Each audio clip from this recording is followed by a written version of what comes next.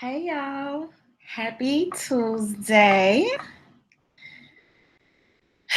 All right, so gonna give everybody just a few minutes to come into the room. Hopefully everybody is doing well, and hopefully also you guys had a good Memorial holiday yesterday. Hey George.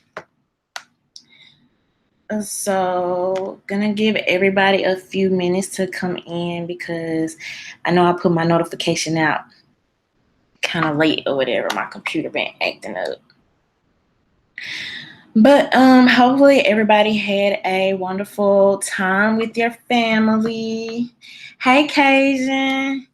No, I don't know how to do I don't know if I can do it. So I would have to ask. You know more about that, the moderator stuff than me.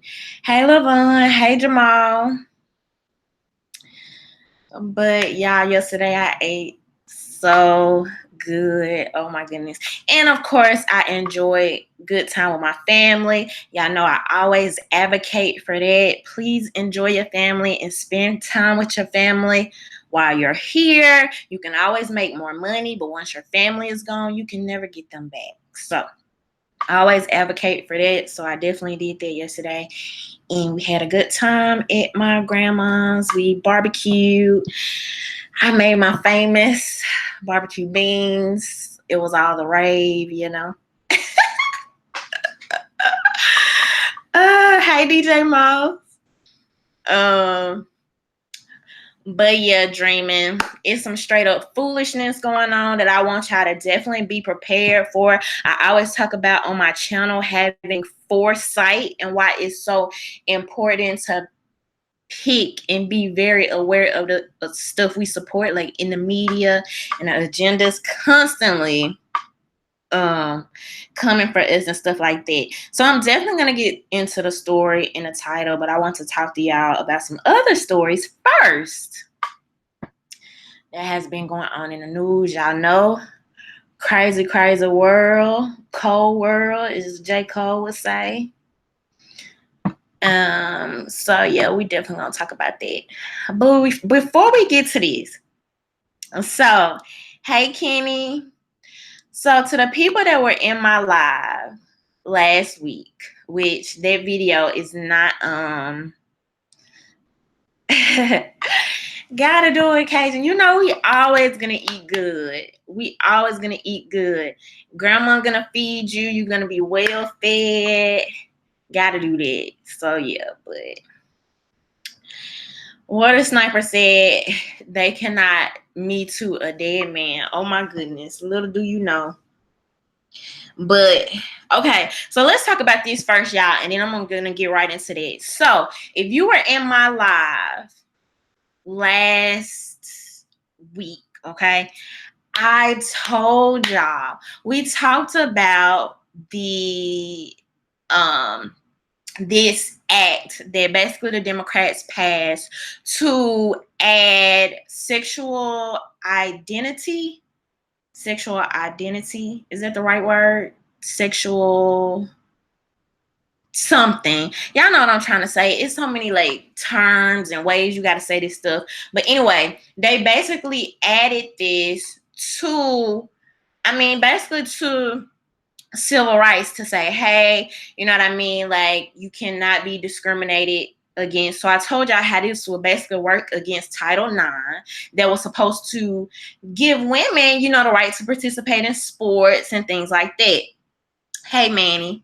So I literally said last week, I asked y'all, for people that were in here, you will remember, I said, if gender is fluid, what will stop a person that's in high school or college from being one gender one year and another gender the next?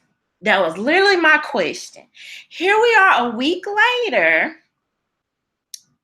and we have the perfect example of this. I want to show y'all this story so y'all know what's going on, and this stuff I be saying, it's really out here happening, y'all. Like really.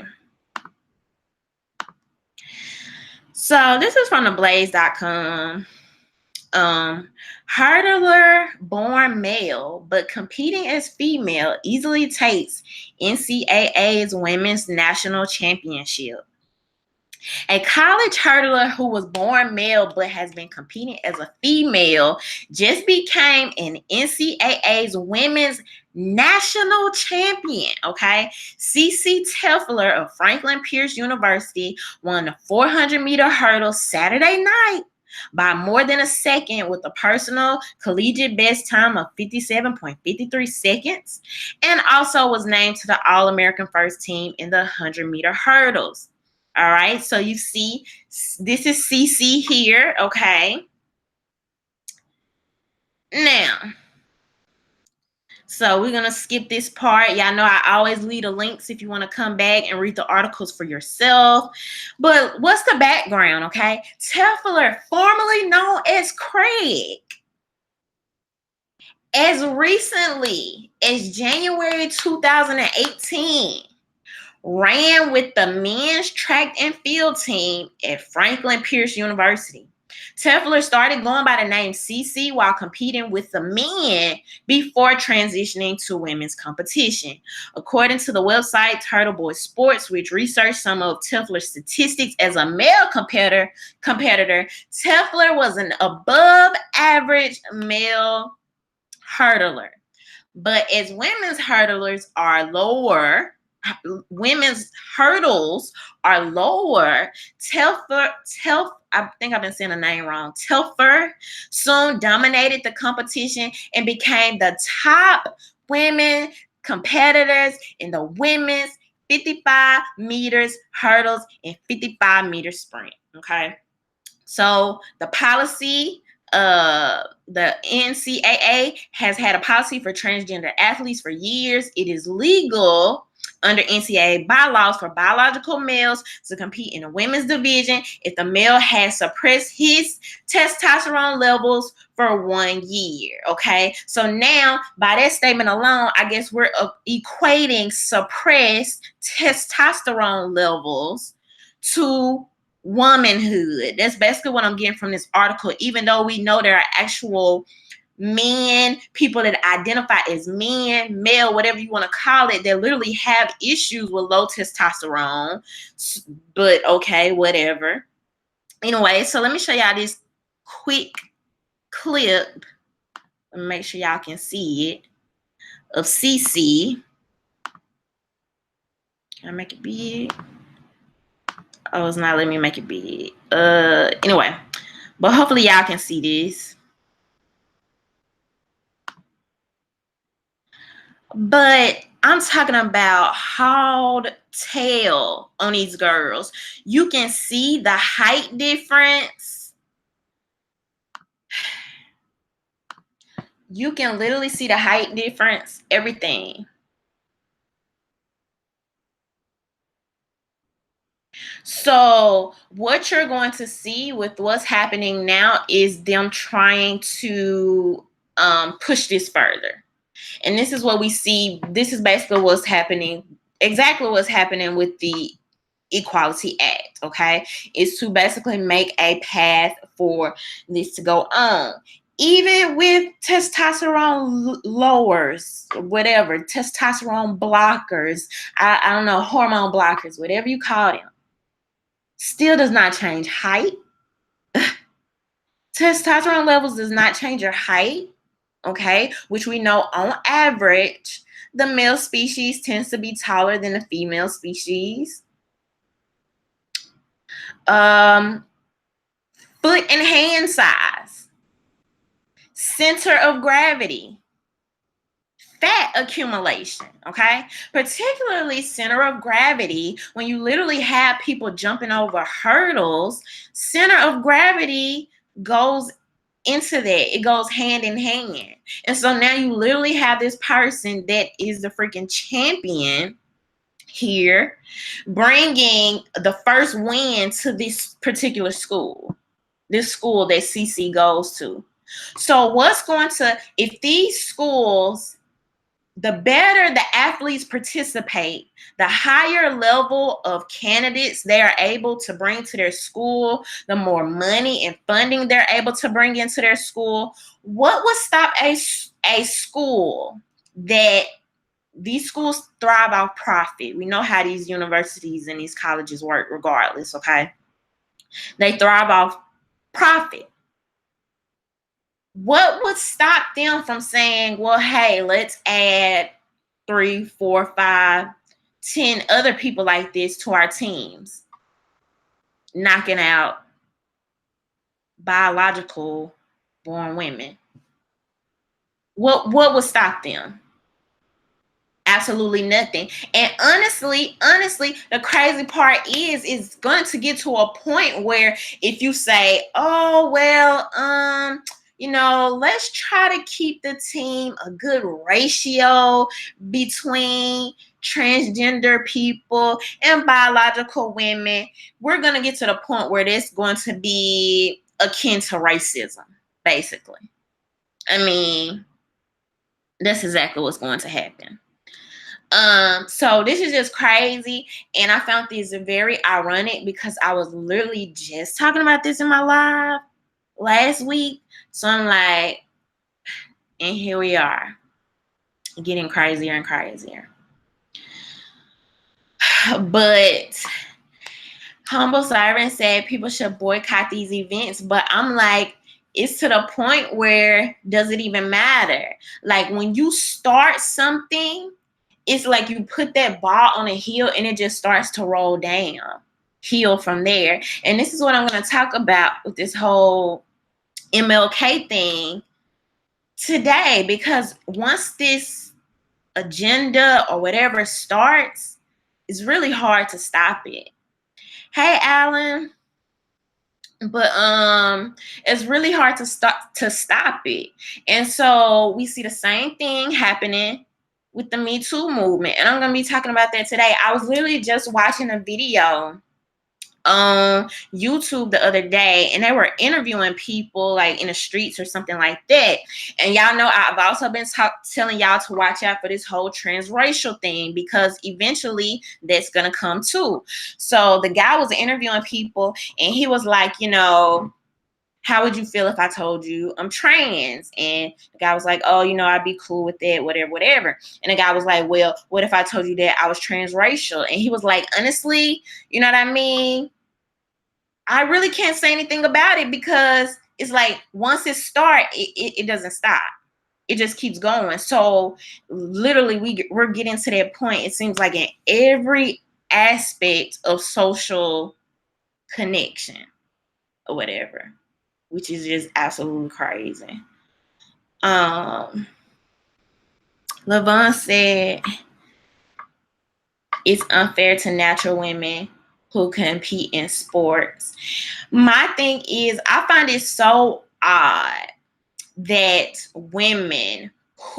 biological women that have worked so hard, okay, to give biological women the freedoms to vote, the freedom to work, the freedom to whatever, to have these same freedoms as men.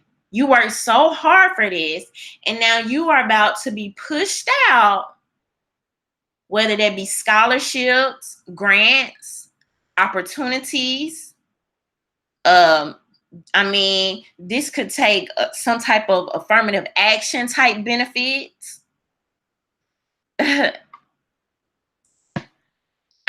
You literally worked so hard just for Craig, that was a man in 2018, and he still has the same hands, feet, center of gravity, height, with a little less testosterone, right? But he's been building that muscle mass for, I don't know how old this guy is, but let's say, I don't know, like 18. Building this muscle mass for 18 freaking years. Lowers testosterone for 1 year, and it's like, okay, cool, now you're equivalent to me.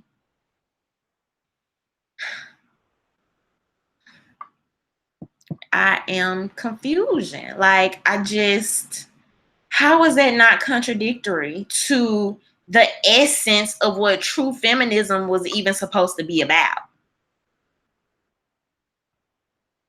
Like, the name was Craig. Like, seriously, Craig to Cece. Was Craig in 2018 competing in men's sports? This is all fact. This is not conjecture. This is not me adding anything to this story. Like, y'all can go research this for yourself. Literally was Craig in 2018 competing above average in men's sporting events, now dominating as CC a year later, 2019, in women's events.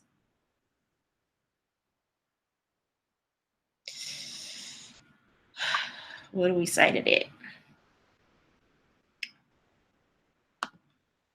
What do we say to that? I mean,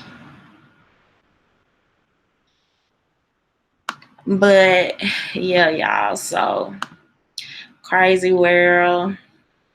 I had to let y'all know about that because we were like literally just talking about this last week. But so let's get into this whole MLK, Martin Luther King thing. And I think this is also a good, perfect example of setting some type of standard, the things we want to see, the things we care about, and having the foresight to really see how these things impact us, impact the media, impact social constructs, impact laws, impact our communities. Literally. So, we all know Martin Luther King, I Had a Dream, civil rights, all men created equal, want to see what did he say? Something about seeing his children judged, not for the, y'all know what I'm trying to say. I can't think right now. Anyway, so let me answer Cajun's question. He said, my biggest question about these trans athletes, why so many of them have to be Black men? So I literally had to do a class a couple of years ago, and we talked about the impact of like LGBTQ. A part of it, not the whole class, but a part of it was how it particularly affects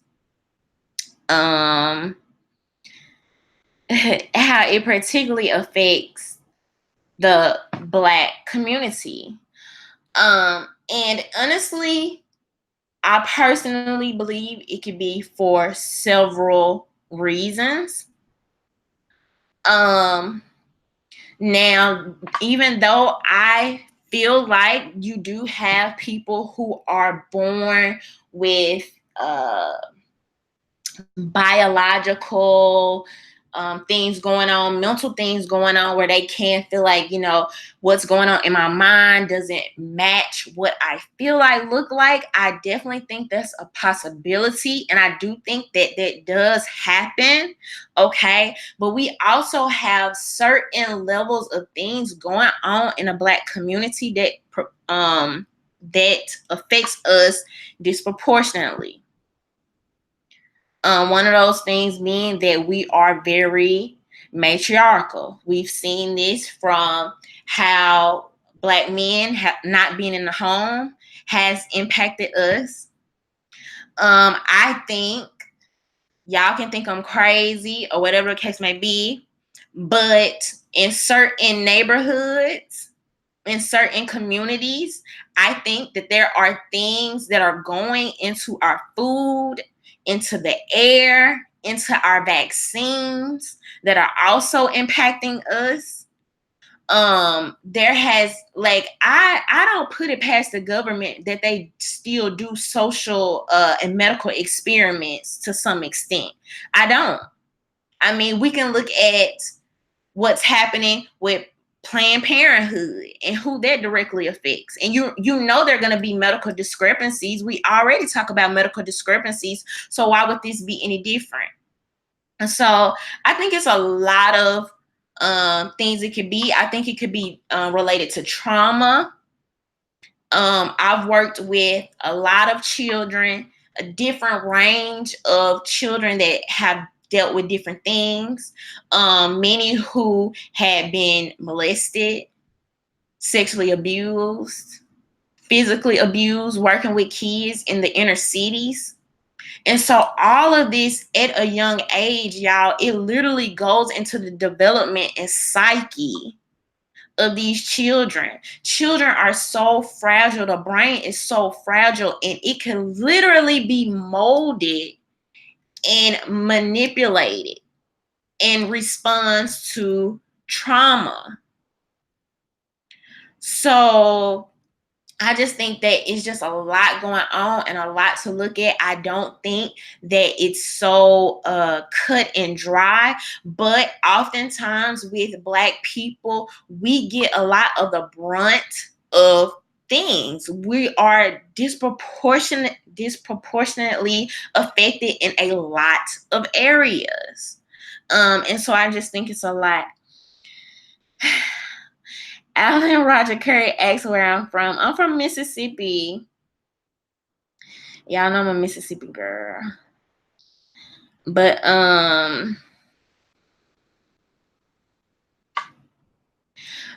Dr. Lily said you can't change biological sex with hormone manipulations. The entire notion is unscientific and basically a travesty for those who believe you can. Gender is not biological, bimodal, male, female sex.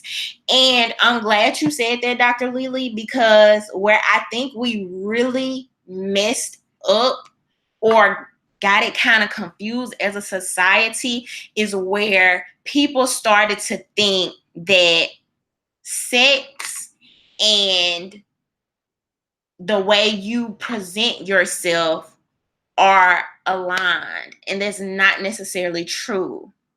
Okay, so what I mean by that is that I don't believe that a man that feels might have more feminine tendencies automatically has to be like, okay, now I'm a woman.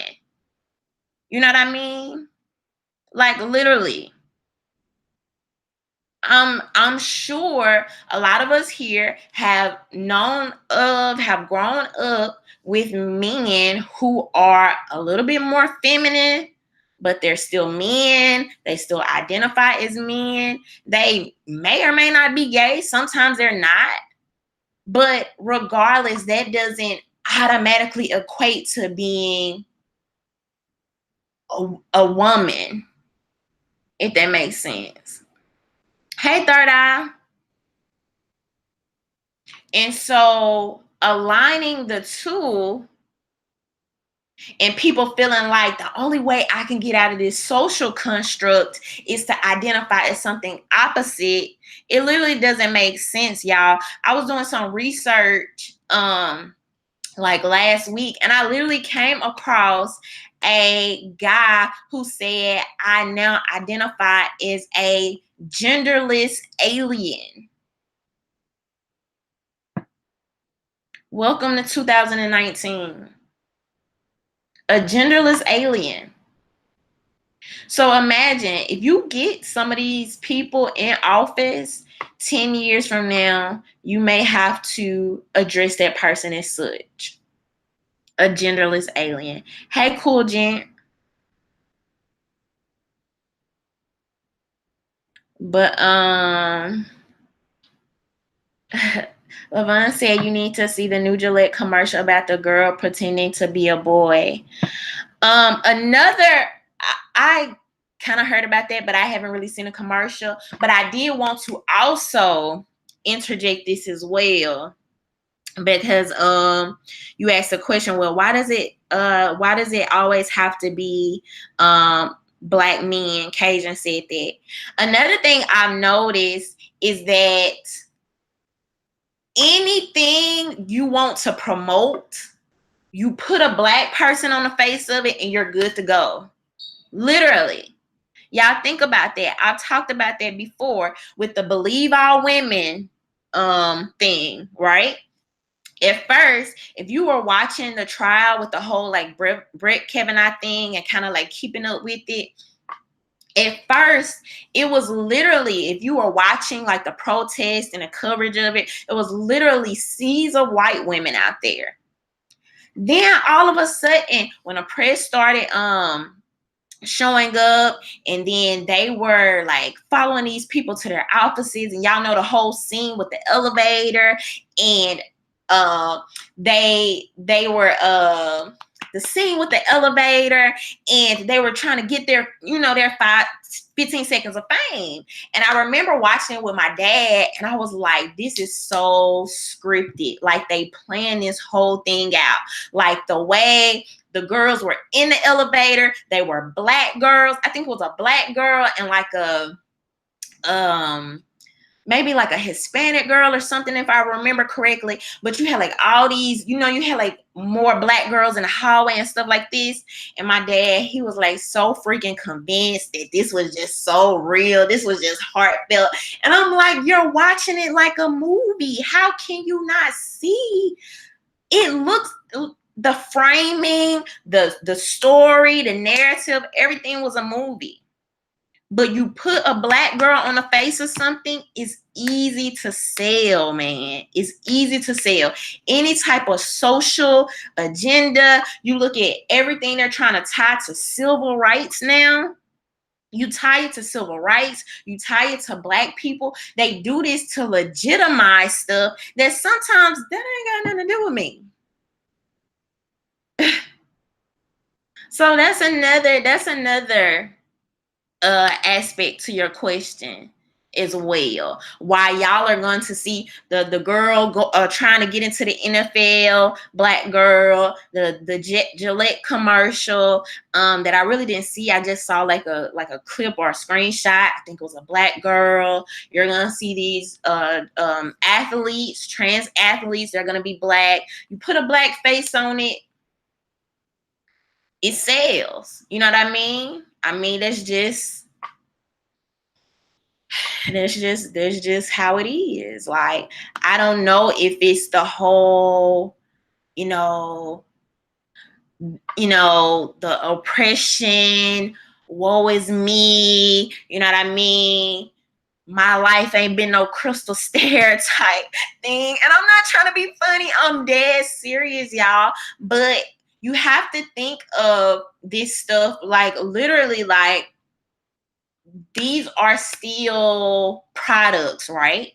The news is literally a product. People buy it. You have to give people something that's going to want to make them click, that's going to want to make them find out more. You know what I mean? This is why we see all of the oppressive feed the children stories coming out of Africa. And you still have people that believe, and yes, you have a lot of like desolate areas, poor areas in Africa. But shoot, look at America.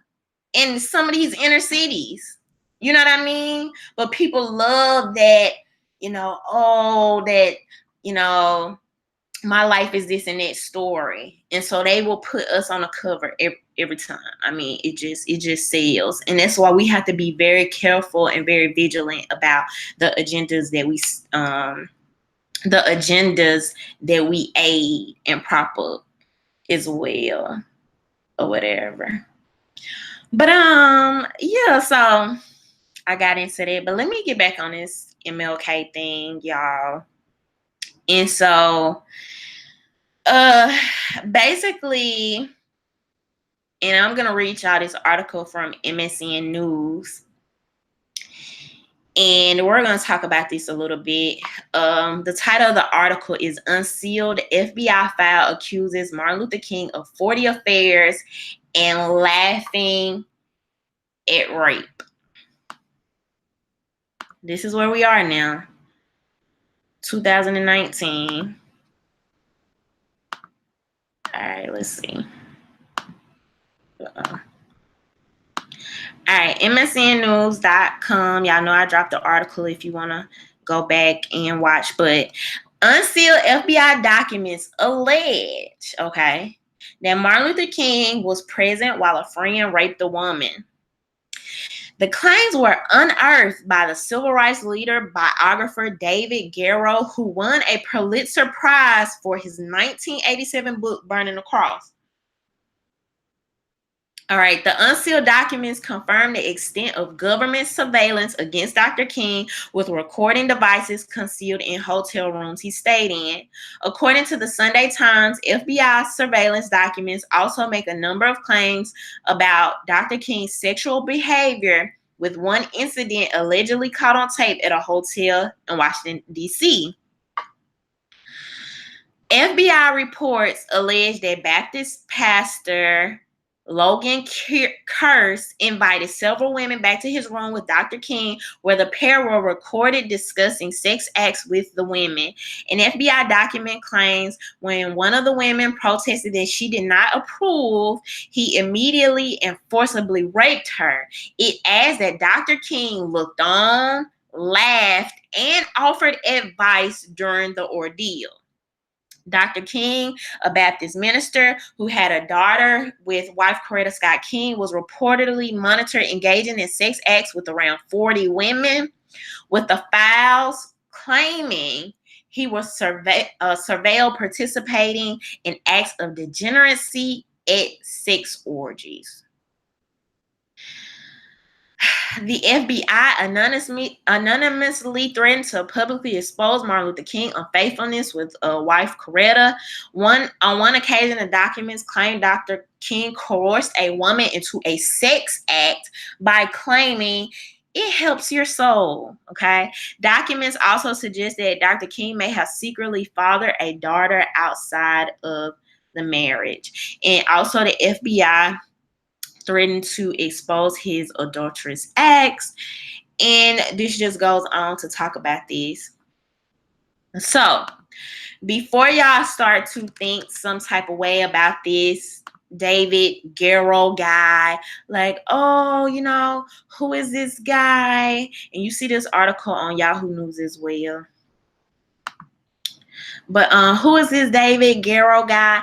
This guy is an American historian and author, okay? He literally has been writing about the civil rights. So it's not like some type of, just random guy coming out of nowhere like, oh, I think I just feel like smearing Martin Luther King today. Okay, this guy wrote about the protests at Selma, the FBI, and Martin Luther King Jr. bearing a cross about Martin Luther King Jr. We shall overcome liberty and sexuality, the right to privacy, and making a Roe v. Wade. That's interesting.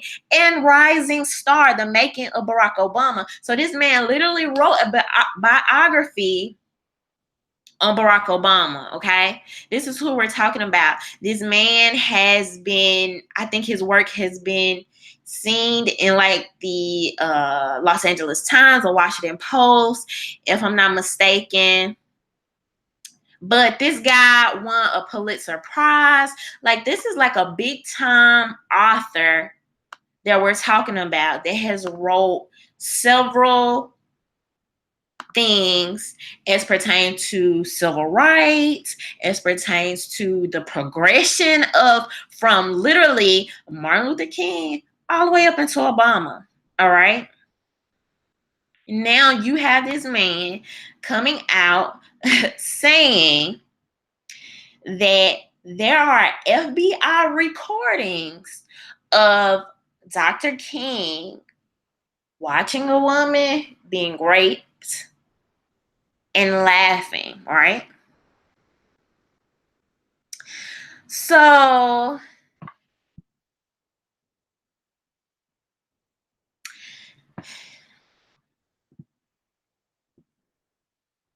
this leaves so many questions, right? Because we are literally in the Me Too movement, believe all women movement, right? Think about this. First of all, The tape is not projected to come out till 2027. It's still in the U.S. National Archives. That's ridiculous. I don't know why it's taking so long. Maybe some stipulations or something they have to go through. Who knows? Okay. But here we are, years later. Years later. We're in this Me Too movement. Believe all women. We're not. Somebody earlier, I don't know who that was that came up in here and was like, you can't Me Too a dead person. Did we not just see the Michael Jackson documentary, or at the very least hear about it? This is not new. This is literally the point where we're getting to. So we're in the Me Too era, believe all women. Y'all, I'm just trying to paint a picture for y'all, okay? Follow me, because this is where we are in 2019. So let's say the tapes come out, right? Because this guy is already saying it. He's researched Dr. King for years and years. He's saying the recordings are there.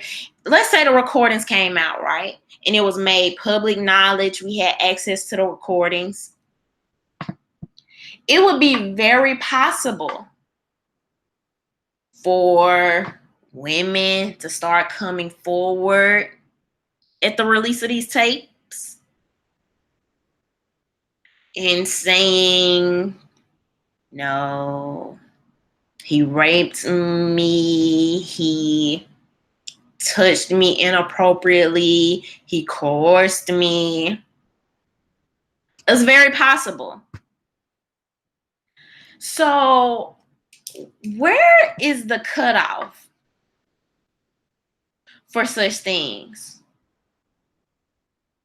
Is there a certain time period, a certain time frame that we say, okay, you're just a little too late, $1 too short, and you know what I mean? It doesn't matter.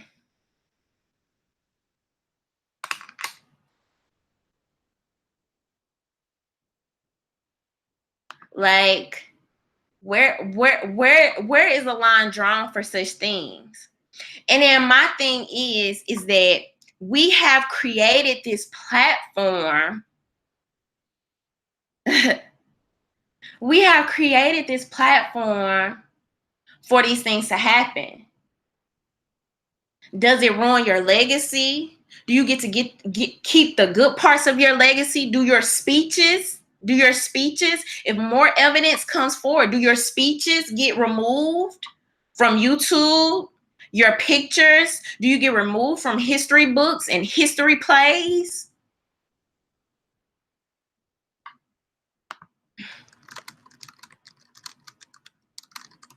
I mean,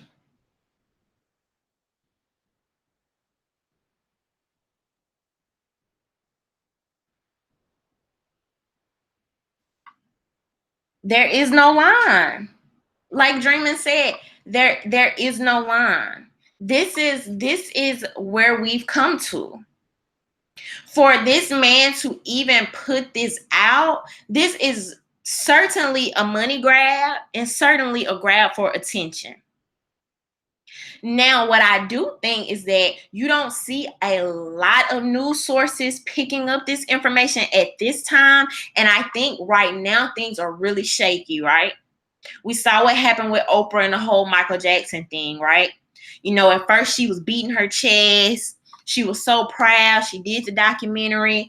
Let these people's story be told.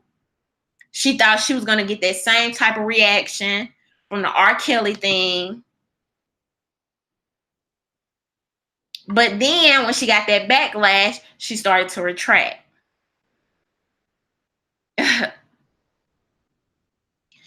But do y'all see what I'm saying? There is no bounds. If you going to have to keep that same energy, because if not, you're going to be pushed that way regardless. I was reading an article today, y'all, about, it was written a year ago, and I wish I could read the article to y'all or whatever. But it was actually written in 2018, and it was like, how would people look at Martin Luther King in the era of Me Too, right? I think at some point he was even quoted as saying, this is to several sources, where he called his organization, what it was some type of sleek name for women's ladies' private parts, okay? He referred to his organization as such. This is quoted by several sources.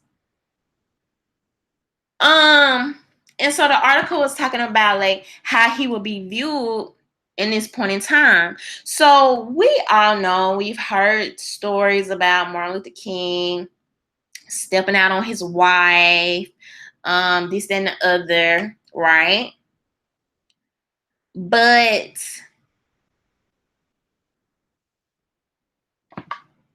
I'm sorry, y'all, I just lost my thought. I lost my thought. Oh, I was talking about the article, sorry. But so the article literally went on to talk about how he would be viewed in this Me Too era. And I could tell, I'm not exactly sure, I have to go back to the article, but it sounded like a Black woman that was writing the article.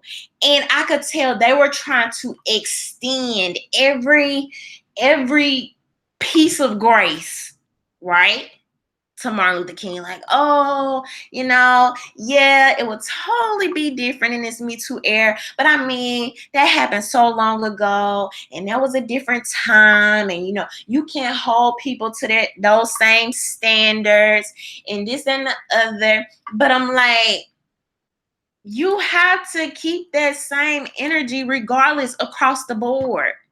You literally have, I talked about these, I was on O'Shea's channel, was that last night, and we were talking about if Trump was better, or if Republicans were better than Democrats for Black people now in the current year 2019. And I made this point about how the media will get us so freaking hyped up about taking down statues, burning flags, doing this, doing that, removing people from history books, removing people from books, deplatforming people.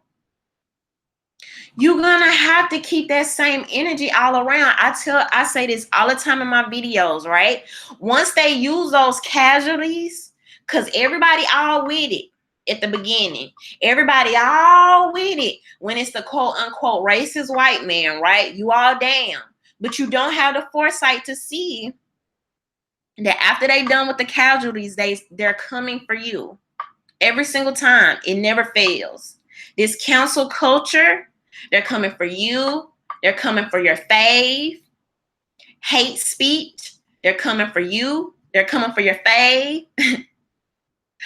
Laws on gun control, they start off with the casualties, then they're coming for you.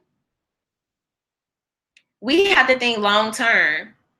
And now we've literally walked ourselves right into this man even having the guts to even think he can approach us, talking about something like this to basically smear, Martin Luther King's legacy.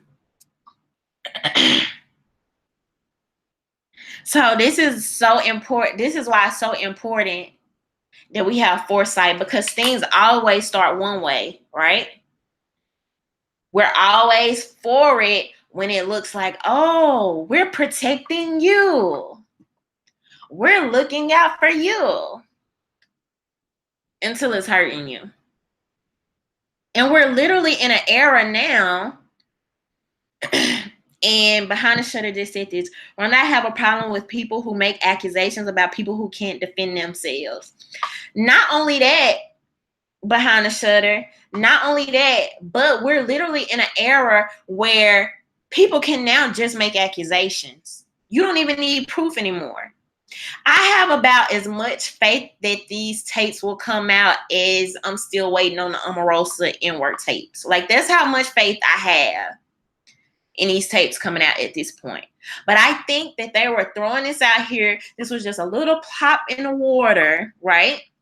They stuck their toe in the water to see what other news outlets are going to pick this up.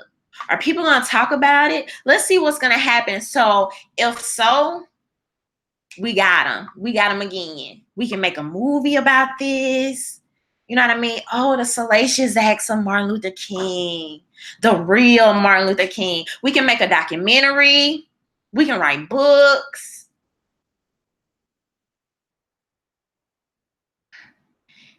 Demographic now said if there really are tapes, they will come out. We're in this era where people can just say. You don't even need facts anymore. That's a sad place to be.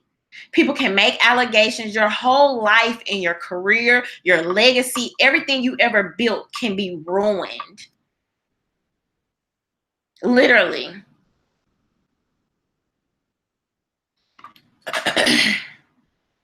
I would say now that it is well documented that Martin Luther King had extramarital affairs.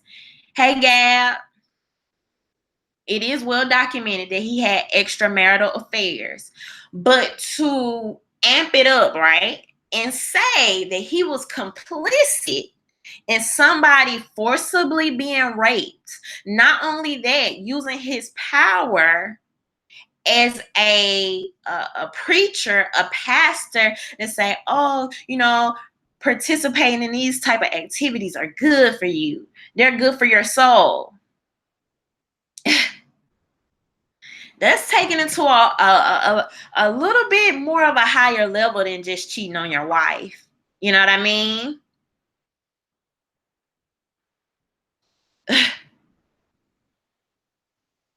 And so it would be impossible. It would be impossible for you to be okay with this happening to other people's legacies and not think that it's going to also happen to Black people, people who helped in civil rights movements, people that you may consider leaders, somebody that you may look up to, somebody that's your fave. That's ridiculous. It's ridiculous to think that. It's ridiculous to think that we can aid in these agendas and don't think they'll come back to bite us in the butt. It just doesn't make sense. It's illogical. And so this is why I always talk about Black people in particular, because we are used as the face of this stuff. A lot of times we don't even agree with this stuff. We are used as a face of it. We have to be aware of these things. Because if we don't, it will go further and further. This is why, regardless of what anybody else is saying, this is why I spoke out against hate speech laws. Because as soon as they finish rounding anybody else up, they coming for Farrakhan. Y'all saw that. They're coming for you.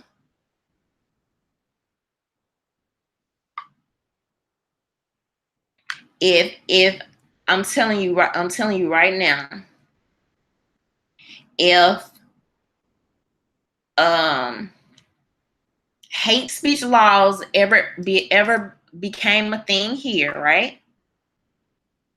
If that ever became a thing here, you better believe that it's only a matter of time before police are a protected class. You better believe that it's only a matter of time before you cannot speak out against your government.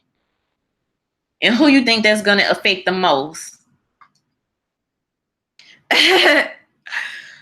Who you think has the most strife with their government? You know what I mean? Who do you think has the most strife with these political and government entities. Man.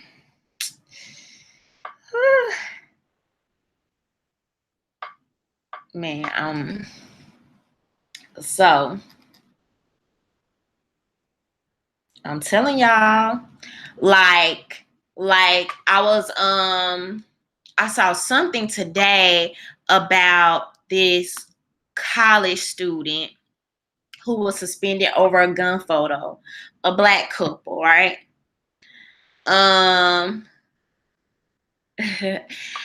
This black couple that were holding these guns at a gun range, being taught by a family member that's a veteran.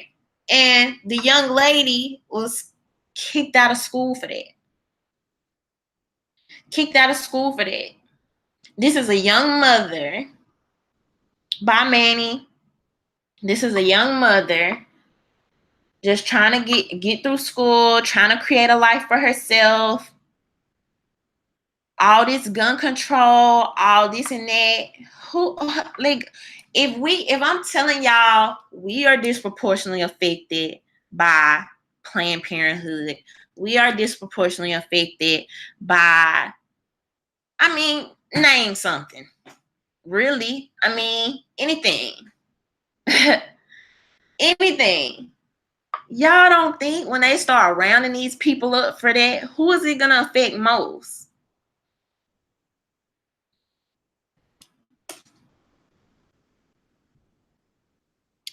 So this is why I tell people to be very vigilant. Don't get hyped up and caring about something that really, in the bigger scheme of things, doesn't even matter. They're really good at doing this. The media hyping Black people up in particular, using us as a face of agendas to promote things, to push things. And then oftentimes we either completely align with stuff or we just get quiet in fear of backlash. But now I have Black sisters who are going to be knocked out of certain sports arenas because they won't be able to compete at that type of level.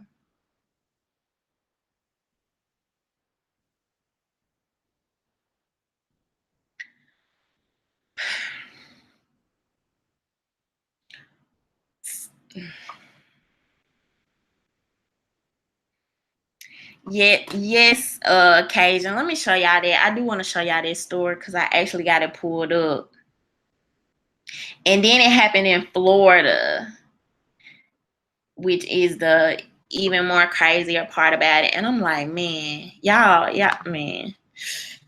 Let's see. Show y'all these.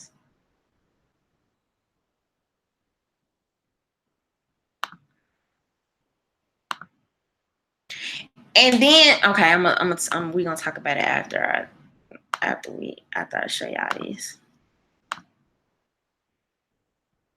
Thing that just gone down the drain. I really was trying hard in school. I was making A's. Diamond Dallas tells me she still doesn't understand why First Coast Technical College suspended her indefinitely over this photo. She says her fiance's cousin, a veteran, was showing them how to use guns at a shooting range. Her fiance tells me he posted it on Facebook with this caption. She's my Bonnie and I'm her Clyde. What did you mean by that caption?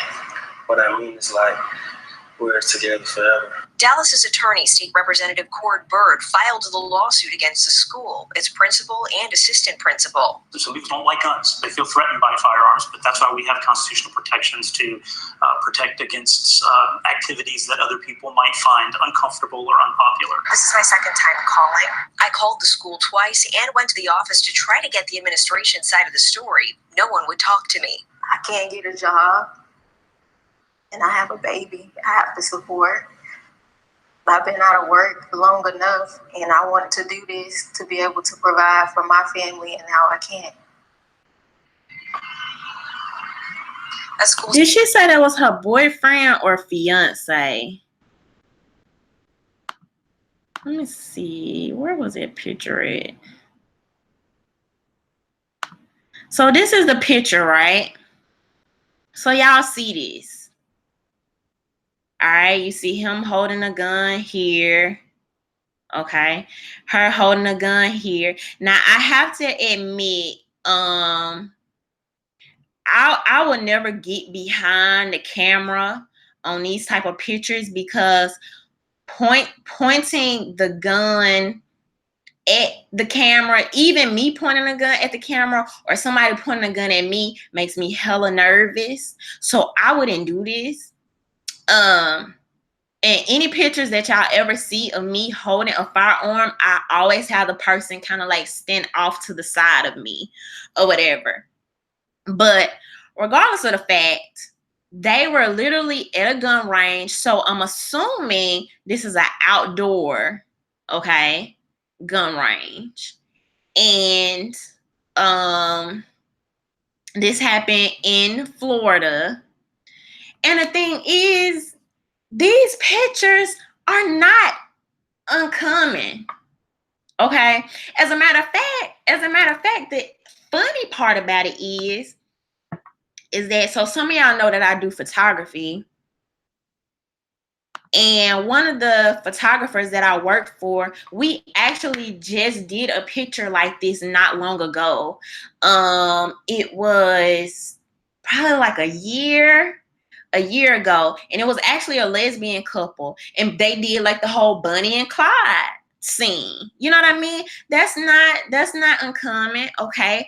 From the South, it's not uncommon for white families to take pictures out while they're hunting, while they're at the gun range. She was being trained by her veteran, which was a family member. I think they said her uncle. And she was kicked out of school for this photo. Threatening photo, right? Because the photo is going to do something to you. Totally legal, humble servant. We are such a sensitive culture. Thank you, Brandon. We are such a sensitive culture. I really, I mean, it does make me wonder. Y'all know I don't really try to, sometimes it's a black and white thing, sometimes it's not. But I mean, I have to wonder if this was a white family doing a Bonnie and Clyde pose, or a white family getting ready to go hunting, would we be talking about this? Would this be happening? Hey, Helena. Okay, she said they were with his brother. Okay, who was a veteran. A veteran. So I've always told y'all, man, when y'all promote this stuff and y'all think, oh, well, that's just them over there, that has nothing to do with us. This girl is on a whole gun range, and you're literally kicked out of school. And I've talked about this before with gun laws, and she kind of fits like what I was talking about, because I think they said she's 20. And I talked about how she's a mother, she's young, she's in school. I don't know if she's currently living with her boyfriend yet, or her fiance. I can't remember which one it was. But who else needs to be protected more so than that? You know what I mean? If anybody needs to be protected, if anybody should be learning how to protect themselves, this is the woman that needs to be advocated for. And you have a teacher that told her, they had a party at the school, I guess like a couple days or the week before, and the teacher told her she couldn't even come retrieve her property. She couldn't come retrieve her crock pot because she felt threatened. In a country where owning guns is legal, it's a constitutional right, and you're getting kicked out of a university that you paid money to go to, you're doing the work, you have good grades. In this particular segment, they didn't say anything else about this woman, you know, being some type of troublemaker, or, you know, her doing anything wrong at the school, literally off this photo. If that's not the most ridiculous thing I've ever heard, and it's funny, right? I find it so funny that the national news networks don't pick up stuff like this, right? Because this is not the narrative they want. This is not the narrative they want, right? If this was any other instance of anything happen where a black woman, come on, y'all, just follow me. Like, let's be realistic here. If this was any other scenario where a black woman was being kicked out of a university for doing something that was her constitutional right, it would be all hell breaking loose right now. She'd be on CNN. She'd probably be on the cover of Time magazine. She'd have a YouTube channel by now. She'd be trending on Twitter. Like, let's keep it real. But when you have a woman, a black woman, exercising her constitutional right to bear arms, doing it in a safe manner at a training facility, firearm training facility. Hey, Andre. Oh, CNN not picking that up, though. You don't pick that story up. But if women get kicked off a train for being loud, doing wine hour, everybody and their mama gonna know about it. Make it make sense.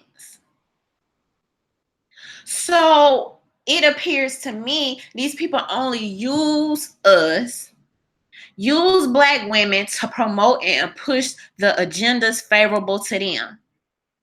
Because to me, this is problematic. People should be talking about this. This is disgraceful. But nobody's going to be talking about this. This is not the story that's going to go viral and people are going to care about. If she would have got kicked out of school for something, I mean, anything else, you wouldn't hear the end of it.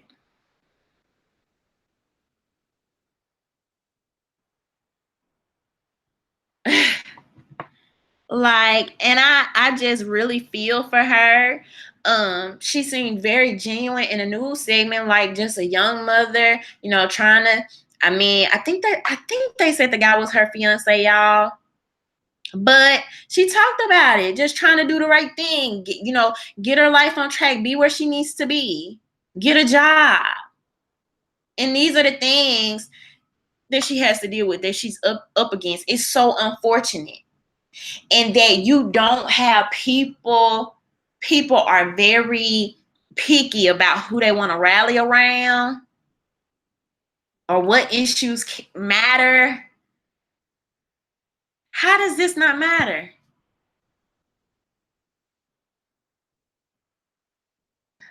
So Helena said it's been shared in eight groups, and one group has 22,000 members.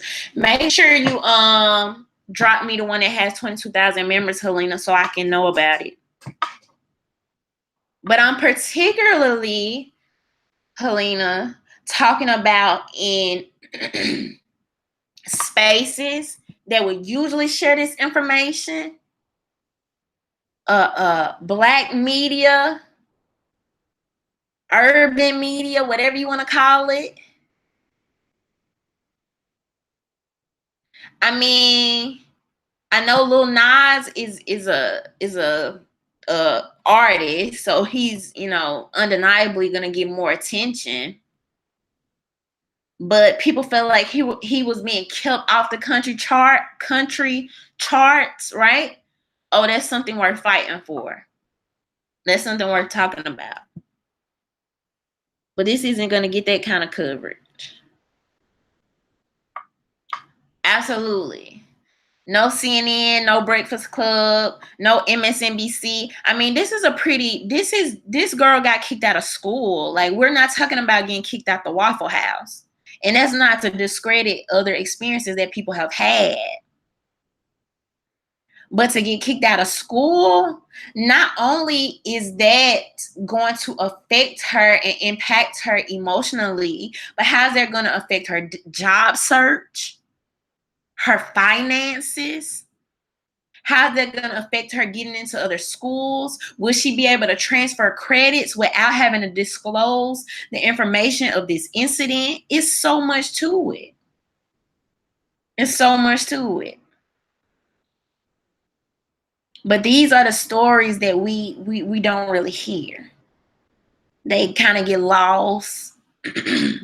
We always have to hear that same mainstream media narrative when it comes to Black people, because of course all Black people are the same. We have the same interests. We all care about the same things, right? I mean, at least that's according to CNN and Breakfast Club and MSNBC. And so I would keep that same energy. Y'all excuse me. I keep that same energy as far as us having foresight to the things we accept, the things we allow, the things we promote, the things we parade around, and how these things can potentially impact us and negatively impact us the most. Like a lot of these okay, Alan, I'm about to get off in a second too. Thank you. But a lot of these policies that are geared towards us, right? And I touched a little bit on this, like I said earlier on O'Shea's last night. I was talking about this, how it's presented to us, it's promoted to us like, you know, oh, we're just trying to protect you. We're just trying to help you. We're just trying to make life better for you. But in fact, those restrictions, those laws are going to negatively impact us. More laws are going to make it worse, not better. And I feel like we have to get to the root issues of these causes. And oftentimes we look over that. Look at what the heck is happening right now in San Francisco with the drug problem and the homelessness problem. Yeah, Gab, I jumped on there last night. But Alan told me drink water, y'all. Gotta drink water. Thank you, Champ. But Champ said keep raising your voice. Thank you. And yeah, Gab, I was on there. We were talking about I can't remember if the title was "Is Trump better for Black people than Democrats, or maybe it said Obama, something to that effect, or whatever. And so I hopped on for a little bit last night and I talked about that. But what I try to convey to people is that if you take, for example, San Francisco, and you look at the drug problem and the homelessness problem, they're coming up with all these laws and everything else to address everything else but the root causes. Okay? Literally. They're addressing everything else. You literally I didn't do a story about this, but I think I mentioned it to y'all, where Starbucks is now to a point where they are, and I think even all over San Francisco, they are making places for people to discard of their needles. Literally, people shooting up, broad daylight. And so instead of dealing directly with these issues, they want to coddle people. They want to make more laws that are not addressing the root issue. And if we are not looking at the things that really matter, the things that really impact us, whether that the things, I mean, I can't tell y'all what to care about, but what I care about: education, family, low taxes, as much freedom as possible to raise my kids, my imaginary children that I don't have yet, but one day. But to raise them how I see fit, to have some say so if I'm not in a position to homeschool them, to be in a position where I can have some say so on a freaking curriculum and what the teacher is able to and not able to talk to my child about, to protect my home, because the police sometimes take longer to come to the neighborhoods where people look like me. Those are the things I care about. But, can't tell everybody else what to care about. But I would like to encourage people that I feel like if we took a whole lot more time and looked at things that actually matter, that actually affect our own personal lives from day to day. Because just think about it, y'all. Just think about it.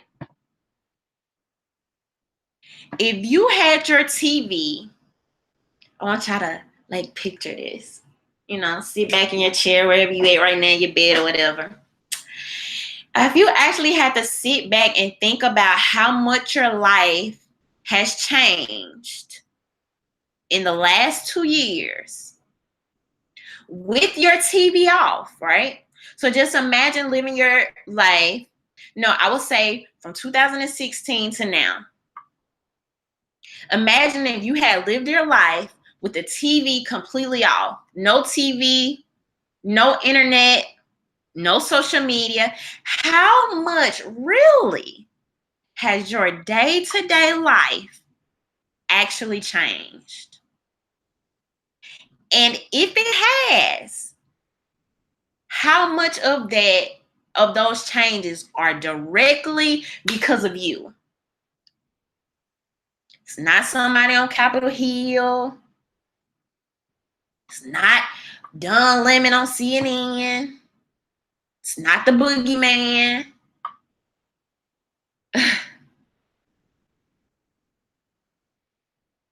Just think about that. And so after you think about that,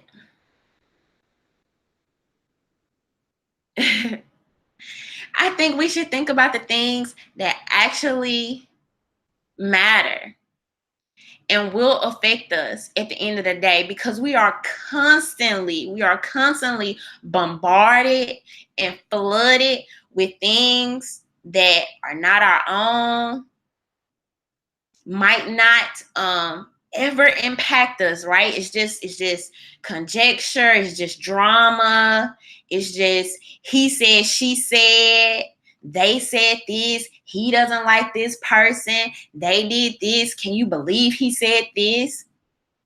Does that stuff really matter at the end of the day, or is it really the policies that's going to impact you? And so that's what we have to think about. So that's why I don't spend just a whole lot of time, on my YouTube channel. Oh, did you hear what this person said? Did you hear what that person said? Not to say I don't watch it. I'll go to other YouTubers. I'll read articles. Every now and again, I want my little fix of drama too. But in a grand scheme of things, if we had the opportunity to really change policy, affect people, reach out to these politicians, you want to waste it talking about how they hurt your feelings, or you want to use it talking about how something can help and impact your community, like get needles off the streets of San Francisco? I mean, you know, that's just me. So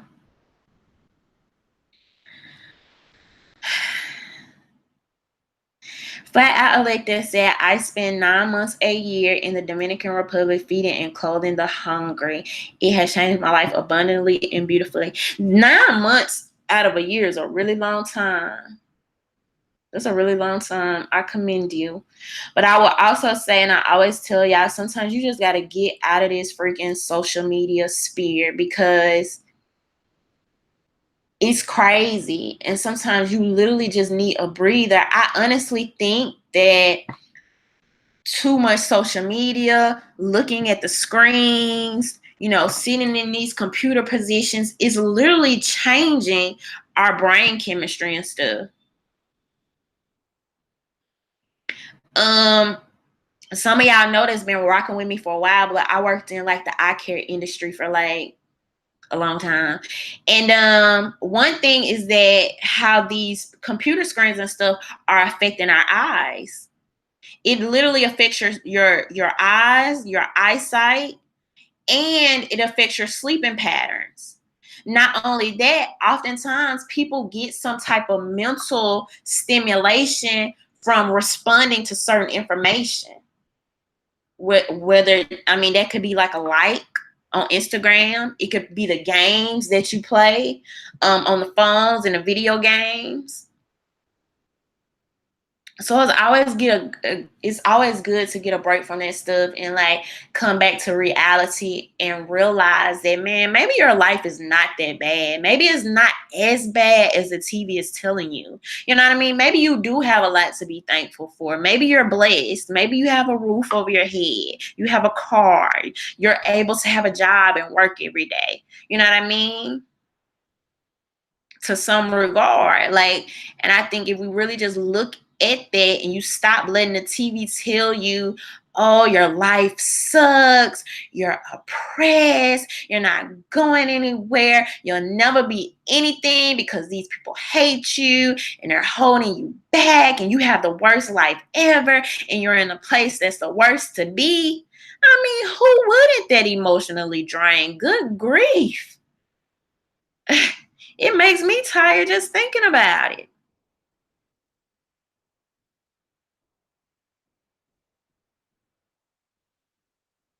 So, but we've become highly sensitive. We become so sensitive, man. I remember taking my grandma, and I'll never forget this, but I remember taking my grandma to the new Civil Rights Museum that was unveiled in Mississippi. And I took her, and like I would definitely recommend people visiting and going there. But it's so beautiful and it's a lot of history and it's so much to take in. You know what I mean? It's just this overwhelming like feeling, right? Because you're kind of reckoning with the past and it's right there in front of you and you see all these different things from like literally you see like the KKK hood and you see the names, like the scrolls of people that's been lynched, and they have simulations of like you being on the civil rights bus and stuff like that. And I remember like just the reaction and the look in my grandma's eyes. And I remember when we got to this one part of the museum, she started telling me how I think I'm getting emotional. I'm not getting emotional. I'm too gangster for that. But listen, okay, it was just a very beautiful day with my grandma. Okay, I love my grandma. But anyway, so she was telling me how when she was younger, and I think like my grandma has 9 kids, so at this time I think she may have had like not had kids yet, or may have had a few, but her and my granddad participated in a big march, civil rights protest that took place in Mississippi. And I think she said her and my granddad. And y'all let me know if y'all can still see me. I think hopefully my thing didn't go out. But she said that her and my granddad ended up going to jail. Behind that or whatever. And that was something that I didn't know about my grandma, y'all. Like, I didn't know. And it really made me tap into the fact of, like, this is history right here. You know what I mean? Like, this is straight up history. And the things that my grandma had to go through, like, how dare I even think that I can relate to that? Like, let me tell y'all, because maybe, I don't know, maybe I'm feeling some type of way and I'm just talking tonight. I don't even think I usually just even be on here that long. But, y'all, family is important. Family is important. And if you, my granddad is gone, okay? My maternal granddad passed, and my paternal grandmother has also passed. And my granddad passed, and I always talk about family and how important family is. And once somebody is gone, you cannot get them back. And sometimes, especially these people that have history, man, y'all have to sit down and talk to them so y'all can really know, because sometimes they don't always tell us. You know what I mean? They don't really just, I mean, I don't know if they think we don't care, or we're so intertwined in our phones, or they don't really think about it. But these people are living, walking history. So much has changed in such few years. You know what I mean? So my grandma literally was one of the first, her and my granddad was the first Black family to move in their neighborhood, y'all. 9 kids. First Black family. All white neighborhood. My grandma had started working at this manufacturing plant that was making cars, a car manufacturer. And so back then, like, she was doing good. She was doing well. She had ended up making more money than my granddad. And in that time, that wasn't like common for the woman to make more money. But, you know, she had ended up getting this job at the car manufacturer, and she was doing well. And so they ended up moving into this neighborhood. First Black family in this neighborhood. 9 doggone kids. Now, how you gonna do that? 5 girls, 4 boys. Man, them white folks started moving out so fast. Now, my grandma is still in that neighborhood. Same house. And it's now majority Black neighborhood. She told me how, my aunt told me how the first altercation they had in the neighborhood is that their dog messed around and ate the neighbor's chicken. Like, literally ate the neighbor's chicken. This is when people used to have chickens, like, in their backyard. And ate the chicken. The couple came over there, you know, tried to, I guess, say something to my grandparents. And you know, but y'all know how that is, though, how that goes. People started putting up for sale signs. But yes, that was a great job. Great job for my grandma back then. Ultimately, do you think they cared? No. They just wanted the opportunity to have a good job, educate their children.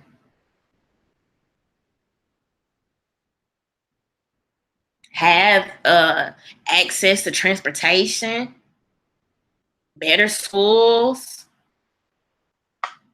I mean, what people see as an American dream, right? And so my uncle was telling me about like how when they integrated the schools, how they started being bussed in, and it's just so much.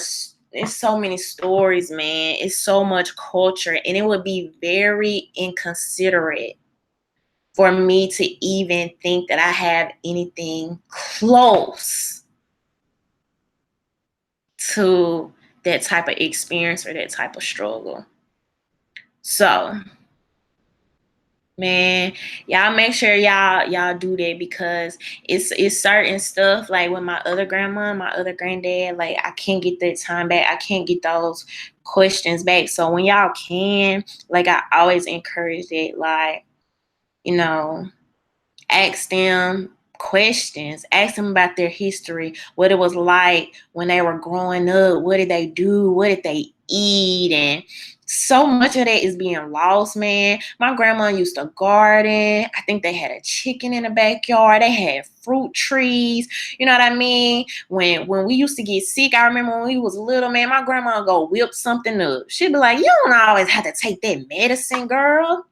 I don't know why you always gotta take that medicine. You know what I mean? But we're losing that. We're getting so far from that now. All of that. And I feel like a lot of the stuff that we look at as bad, you know what I mean, or outdated or too traditional, it was a lot of that stuff in essence. Now that I'm looking at it in hindsight and comparing, I feel like a lot of that stuff kept us healthy. It kept us happier. Like when I look at my grandma's kids, 9 kids, they're so close. They're so close. And they were just happy with always being outside, always being together, coming up with their own stuff to do, games. But now everybody, you know, well, my family, we're pretty like close, and we do all the holidays together. Like we were just over my grandma's for Memorial Day the other day. But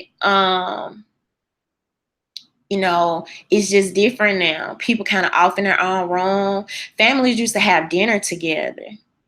I don't know if y'all still do that, but families used to have dinner together, sitting at the kitchen table. How was your day? We were so much healthier. We were so much healthier. We were happier, healthier. Families were more connected, more loving, less killing. It was just a different time. And I feel like in a lot of ways, the further we get from that, the more mentally unstable we become. You have so many people going through mental health issues now. That's a big thing. So many kids committing suicide because they feel like their lives are so hard. They feel like their lives are so hard. Looking at other children on social media. The TV telling them your life is bad.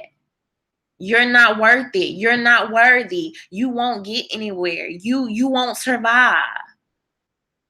And all of that stuff is messing us up, y'all. And we can't ignore this. We can't ignore what's right in front of us. It's happening in real time. And to say anything less is just disingenuous. So, but I think,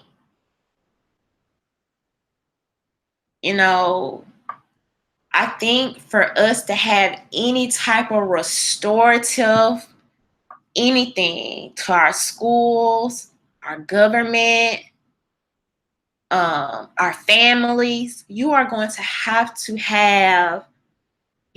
to come back to some of those traditional values. Like, I just can't contemplate it any other way. Because the further we get from that, the more physically ill we get, the more mentally ill we become.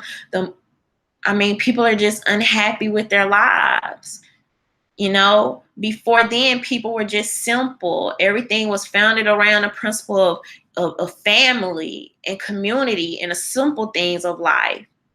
You could just sit outside on your back porch and enjoy your family. But now we just want to be on the go, have the newest, latest, greatest, and keep up with the Joneses. And I don't know. But anyway, y'all, I guess I got in my feelings because I got a little off topic. Sometimes I do that, though. Over here at the RhondaMary show. No, I'm just kidding. But anyway, y'all, so I'm gonna hop off. I will be talking to y'all soon. And like I said, man, if you got grandparents that's still living, make sure if y'all have any questions or anytime you need to spend with them, make sure you do, because always supporting with me, rocking with me, listening to me on my little tangents and my soapbox, and when I be going on, and y'all be right here with me. Okay, thank y'all. But anyway, all right, y'all, make sure y'all thumbs up the video. So the video will be recommended to other people, and I will see y'all soon. Y'all have a good night. Bye.